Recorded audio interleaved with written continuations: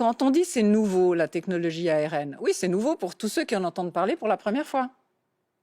Expliquez-nous ce que c'est que cet ARN. Vous anticipez, c'est la question que j'allais vous poser. Ah, je suis désolée d'anticiper. Qu'est-ce que c'est que cette technologie? Parce qu'à la fois, c'est super, ça va très vite, c'est extraordinaire, c'est très prometteur, mais en même temps, c'est tout nouveau. Qu'est-ce que c'est que cet ARN messager? C'est pas tout nouveau. Ça fait 10 ans qu'est née l'idée qu'un virus, c'est quoi un virus? Un virus, c'est une membrane de lipides et à l'intérieur, un code génétique qui fait en sorte que le virus va se multiplier dans le corps humain et il va fabriquer toute la machinerie, toutes les protéines, tout ce qu'il faut pour pouvoir faire les dégâts qu'il a envie de faire.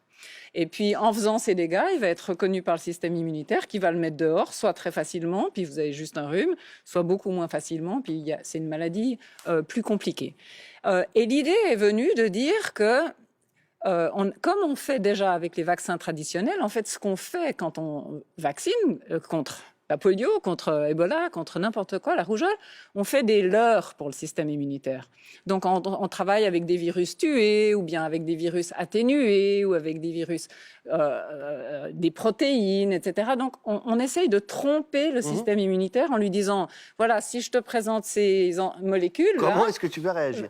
Sors les armes, fabrique des anticorps, etc. Et là, l'idée vraiment assez simple, c'était de dire, il n'y a qu'à prendre le petit bout d'ARN messager qui a une suite de nucléotides qui est un code, c'est des lettres, c'est 4 lettres qui se répètent et chaque fois qu'il y a 3 lettres ensemble, ça code pour un acide aminé et quand il y a plein d'acides aminés qui s'accrochent les uns après les autres, ça fait une protéine.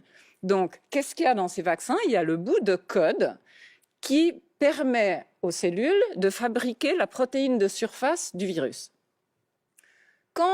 Si vous attrapez le Covid, il rentre dans le nez, il rentre dans la gorge et il inonde vos cellules de milliards de molécules d'ARN messager, pas seulement pour la protéine de surface, mais aussi pour tout ce dont il a besoin pour se multiplier, pour se répliquer, etc. Et là, vous êtes infecté avec les suites que ça peut avoir.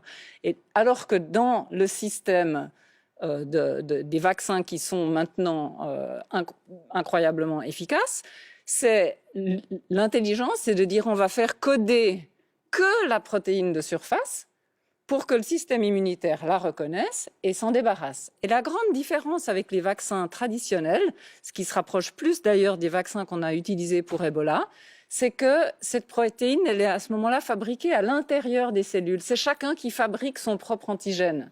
C'est chacun qui ait sa propre usine à production de vaccins. D'anticorps. Et qui ensuite fait les anticorps et les réponses cellulaires. Juste entendu, je vous donne la parole dans une seconde, Blaise Genton, mais Brigitte Zirbes, vous qui faites face au scepticisme ou à la méfiance des patients, cette technologie qui à la fois est, alors pas tout à fait nouvelle, mais novatrice, où en gros on va vous programmer pour que vous fabriquiez tout seul. On va pas la programmer du tout, hein. Non, mais on va vous donner un bout de séquence génétique d'un virus pour que votre corps soit capable de se défendre tout seul. C'est de nature à rassurer vos patients sceptiques ou plutôt et vous-même avec ou plutôt à les inquiéter. Alors moi ça me rassure. Enfin, ça me fait pas spécialement peur, mais j'attends quand même encore de voir ça sur le long terme. Mais alors mes patients, c'est clair que je pense que ça va les inquiéter complètement. D'ailleurs, moi, comme je me suis un peu documentée déjà il y a quelque temps, je leur explique. Puis il y en a qui disent, mais quoi? Je vais faire, moi, dans mon corps, des protéines de virus. Puis on va me donner un code génétique. Ouais, puis vous vous rendez compte, au prochain virus, je vais encore faire des virus d'un autre virus. Mais c'est le grand mélange. Comme ils font à chaque infection. Mais voilà. Comme ils font à chaque infection.